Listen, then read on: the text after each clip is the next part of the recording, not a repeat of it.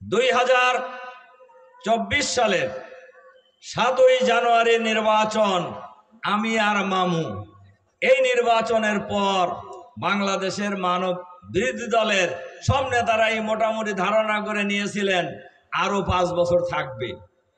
আর আওয়ামী লীগের লোকেরা বলতেন 41 সালের আগে আর কারুর খাওয়া নাই। কিন্তু আল্লাহ তাআলা মেহেরবানি করে, অনুগ্রহ করে এই ফ্যাসিবাদের বিদায় ঘন্টা বাজিয়ে দিয়েছেন। ফ্যাসিবাদী সরকারের প্রধানমন্ত্রী পদত্যাগ করে পালিয়ে যেতে বাধ্য হয়েছেন। আজ বাংলাদেশের মানুষ দ্বিতীয় স্বাধীনতা লাভ করেছে। আমরা নতুন বাংলাদেশ পেয়েছি। বাংলাদেশের 18 কোটি মানুষ নতুন বাংলাদেশ পেয়েছে। কিন্তু এই নতুন বাংলাদেশের জন্য বাংলাদেশের মানুষকে অনেক বেশি ত্যাগ স্বীকার করতে হয়েছে। সংগ্রামী ভাই এবং বন্ধুগণ, 2008 সালের 29শে ডিসেম্বরের যে নির্বাচন, এই নির্বাচনই ছিল একটি ষড়যন্ত্রের নির্বাচন। এই নির্বাচন ছিল মঈনুদ্দিন ফখরুদ্দিন, শেখ হাসিনা, ভারতের গোয়েন্দা সংস্থা রয়ের ত্রিপক্ষীয় সমঝোতার ষড়যন্ত্রের নির্বাচন। এই নির্বাচনে যেখানে মাওলানা মতিউর রহমান নিজামী এককভাবে নির্বাচন করে পাশ করেন, সেখানে 4 দলীয় জোটের প্রার্থী হিসাবে ফেল করা, এটা কি স্বাভাবিক? যেখানে মাওলানা আব্দুস সোবহান এককভাবে নির্বাচন করে পাবনায় পাশ করেন, ওইখানে 4 দলীয় জোটের প্রার্থী হিসাবে ফেল করা। আল্লামা দেলোয়ার হোসেন সাইদি 96 নির্বাচনেও তিনি পাশ করেছেন এককভাবে, তাও। আর 2008 সালে ফেল করেন, এটা কি স্বাভাবিক? উল্লাপাড়ায় ওখানে দাড়িপাল্লাও ছিল, ধানের শীষও ছিল, নৌকাও ছিল। রাত 10টা পর্যন্ত দাড়িপাল্লা আগায়া, আস্তে আস্তে গভীর রাতে ক্ষমতা রেজাল্ট পরিবর্তন হয়ে গেল। সুতরাং এই নির্বাচনের পরে যে ক্ষমতায় আসলেন, ক্ষমতায় আসার পর থেকে তাদের প্রধান এজেন্ডা ছিল ইসলাম নির্মূল করা। এই ইসলাম নির্মূলের কর্মসূচির অংশ হিসাবে এই বাংলাদেশের ইসলামের প্রধান শক্তি বাংলাদেশ জামাত ইসলামীকে নির্মূল করার পরিকল্পনা নিয়ে জামাত ইসলামীর আমির, এই উপমহাদেশের অন্যতম প্রধান রাজনীতিবিদ, এই উপমহাদেশের অন্যতম প্রধান আলেম শহীদ মাওলানা মতিউর রহমান নিজামী, শহীদ সেক্রেটারি জেনারেল আলী হাসান মোহাম্মদ মুজাহিদ, শহীদ আব্দুল কাদের মোল্লা, শহীদ কামারুজ্জামান, শহীদ মীর কাসেম আলীকে অন্যায়ভাবে মিথ্যা মামলা সাজিয়ে নাটক মঞ্চস্থ করে ফাঁসিতে ঝুলিয়ে হত্যা করা হয়েছে। জামাতের সাবেক আমির, এই উপমহাদেশের অন্যতম প্রধান রাজনীতিবিদ অধ্যাপক গোলাম আজম, আল্লামা দেলোয়ার হোসেন সাইদি, মাওলানা এ.কে.এম. ইউসুফ, মাওলানা আব্দুস সোবহান, অধ্যাপক এ.কে.এম. নাজির আহমদকে অন্যায়ভাবে নিষ্ঠুরভাবে জেলখানায় হত্যা করা হয়েছে। কিন্তু তারা মনে করেছিল জামাত শেষ হয়ে যাবে, আর সারা বাংলাদেশে জামাত শিবিরের নেতা কর্মীদের উপর চালানো হয়েছে নির্মম গণহত্যা। ক্রস ফায়ারের নামে হাজার হাজার নেতা কর্মীকে তারা হত্যা করেছে, লক্ষ লক্ষ মানুষকে তারা জেলখানায় বন্দী করে রেখেছে, আয়নাঘর তৈরি করে দেশের মানুষের জীবনকে তারা বিপন্ন করে তুলেছে। বছরের পর বছর একজন ব্রিগেডিয়ার জেনারেলকে 8 বছর আয়নাঘরে রেখেছে, একজন ব্যারিস্টারকে 8 বছর চোখ বেঁধে হাত পায়ে বেরি লাগিয়ে 8 বছর তারা ফেলে রেখেছে।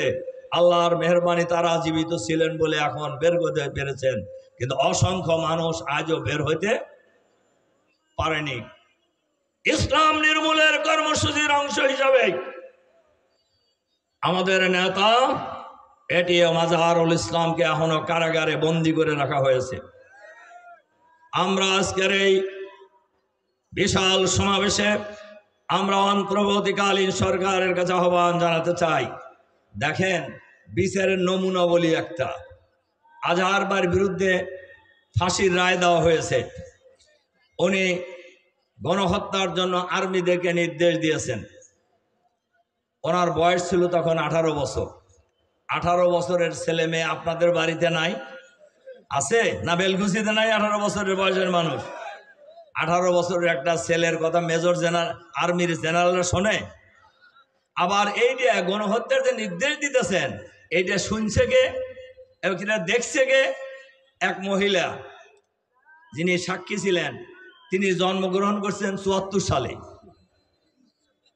আমার কথা কি আপনারা বুঝতেছেন কিছু? 74 সালের জন্মের মহিলা 71 সালে দেখছে যে আজহারুল ইসলাম আর্মিদেরকে নির্দেশ দিতেছে, এবং সে মামলায় আজহারুল ইসলামকে ফাঁসি দেওয়া হয়েছে। আজকের এই বিশাল সমাবেশ থেকে আমরা এই মুহূর্তে আমাদের নেতা এটিএম আজহারুল ইসলামের মুক্তি আমরা দাবি করছি।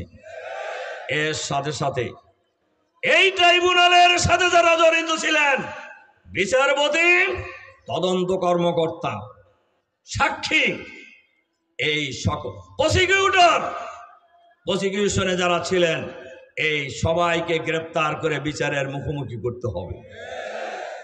সংগ্রামী ভাই এবং বন্ধুগণ, ইসলাম নির্মূলের অংশ হিসাবে শাপলা চত্বরে ঘুমন্ত আলেমদের উপরে গুলি চালিয়ে গণহত্যা চালানো হয়েছে। ইসলাম নির্মূলের অংশ হিসাবে দেশপ্রেমিক 57 জন সেনা কর্মকর্তাকে নির্বিচারে হত্যা করা হয়েছে গুলি করে। আর সেই সময় আমি প্রেস ক্লাবের সমাবেশে 25শে ফেব্রুয়ারিতে বলেছি, সেই সময় প্রধানমন্ত্রী সাহেব আর এই মঈনুদ্দিন সাহেব, যিনি ওই সময় সেনাপ্রধান ছিলেন, ওনার চা খাওয়ায় ব্যস্ত ছিলেন। এদিকে সেনা কর্মকর্তাদের হত্যা করা হচ্ছে। আমরা আজকের এই সমাবেশে আমরা বলবো, এই হত্যাকাণ্ডের মূল নায়িকা যারা হুকুমদাতা, যারা নেপথ্যে জড়িত, তাদেরকেও আইনের আওতায় আনতে হবে।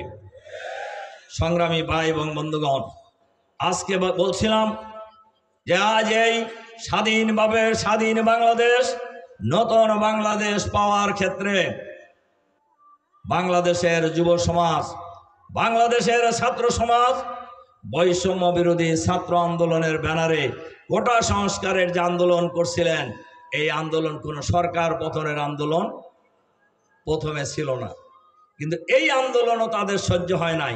ফ্যাসিবাদী সরকারের বৈশিষ্ট্য হলো সরকারের ভিতরে বাইরে যারা এখনো আছেন, যারা ষড়যন্ত্রে লিপ্ত আছেন, অন্তর্বর্তীকালীন সরকারের কাছে আমরা আহ্বান জানাবো, অবিলম্বে এই ফ্যাসিবাদের দোসরদেরকে চিহ্নিত করে গ্রেপ্তার করে বিচারের মুখোমুখি করুন। সংগ্রামী ভাই এবং বন্ধুগণ, আজকের এই বিশাল সমাবেশে আমরা বলতে চাই, এই ফ্যাসিবাদের আমলে বাংলাদেশ থেকে 26 লক্ষ কোটি টাকা বিদেশে পাচার হয়েছে। এই পাচারকৃত টাকা ফেরত আনতে হবে। এই পাচারের সাথে যারা জড়িত, তাদেরকে চিহ্নিত করে গ্রেপ্তার করে বিচারের মুখোমুখি করতে হবে। সংগ্রামী ভাই এবং বন্ধুগণ, আমরা আজকের এই সমাবেশে আমরা যে কথা বলতে চাই, বাংলাদেশ জামাত ইসলামী বাংলাদেশে একটি চাঁদাবাজ মুক্ত সমাজ, দুর্নীতি মুক্ত সমাজ, দখলবাজ মুক্ত সমাজ, নৈরাজ্য মুক্ত সমাজ, দুর্নীতি মুক্ত সমাজ, আধুনিক মানবিক ইসলামের কল্যাণ রাষ্ট্র আমরা কায়েম করতে চাই। আপনারা কি চাঁদাবাজি পছন্দ করেন? চাঁদাবাজির সমাজ চান? আমরা বলি চাঁদাবাজি করা হারাম। চাঁদাবাজি করা কি? ভিক্ষা করা হালাল। যারা চাঁদাবাজি করেন, প্রয়োজনে ভিক্ষা করেন আপনারা, কিন্তু বাংলাদেশের মানুষের সম্পদ নিয়ে আর সিনেমিনি খেলতে কাউকে দেওয়া হবে না। আপনারা বাংলাদেশের মানুষের শান্তি কেড়ে নেবেন, আর বাংলাদেশের মানুষ দেখবে এইটা হতে পারে না। আবার আমরা যখন এই কথা বলছি, এক দলের শরীর গরম হয়ে যেতেছে।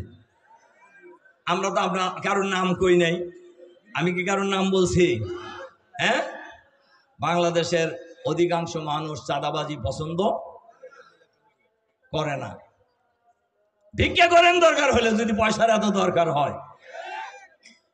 সংগ্রামী ভাই এবং বন্ধুগণ, জামাত ইসলামী যদি বাংলাদেশের গ্রামে গঞ্জে শহরে নগরে বন্দরে চাষটল থেকে সচিবালয়ে একটি আওয়াজ উঠেছে, সব দল দেখা শেষ, জামাত ইসলামীর বাংলাদেশ।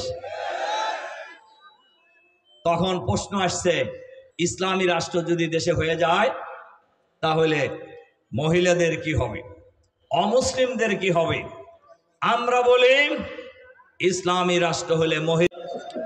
আসসালাতু ওয়াসসালামু আলা রাসূলিহিল কারীম ওয়া আলা আলিহি ওয়া সাহবিহি আজমাইন।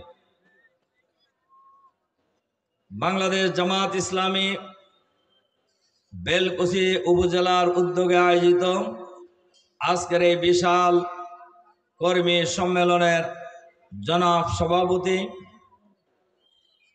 বাংলাদেশ জামাত ইসলামী সিরাজগঞ্জ জেলার মজলিস শুরার অন্যতম সদস্য, বেলকুচি উপজেলা জামাতের সংগ্রামী আমির, সংগ্রামী জননেতা জনাব আরিফুল ইসলাম সোহেল, আজকের এই সম্মেলনের অন্যতম বিশেষ অতিথি, বাংলাদেশ জামাত ইসলামীর কেন্দ্রীয় মজলিস শুরার অন্যতম সদস্য, সিরাজগঞ্জ জেলা জামাতের সংগ্রামী আমির, সংগ্রামী জননেতা জনাব অধ্যক্ষ মাওলানা শাহিনুর আলম, অন্যতম বিশেষ অতিথি বেলকুচি চৌহলি এনায়েতপুরের সর্বস্তরের ছাত্র জনতার প্রিয় নেতা, আমাদের শ্রদ্ধেয় নেতা, জামাত ইসলামীর কেন্দ্রীয় মজলিস শুরার অন্যতম সদস্য, সিরাজগঞ্জ জেলা জামাতের সংগ্রামী নায়েবে আমির, সংগ্রামী জননেতা জনাব অধ্যক্ষ আলী আলম, অন্যান্য নেতৃবৃন্দ, সম্মানিত সাংবাদিক বন্ধুগণ, শহীদ পরিবারের সদস্যবর্গ, সংগ্রামী ভাই ও বোনেরা, আসসালামু আলাইকুম ওয়া রাহমাতুল্লাহি ওয়া বারাকাতুহু। আপনারা কেমন আছেন সবাই?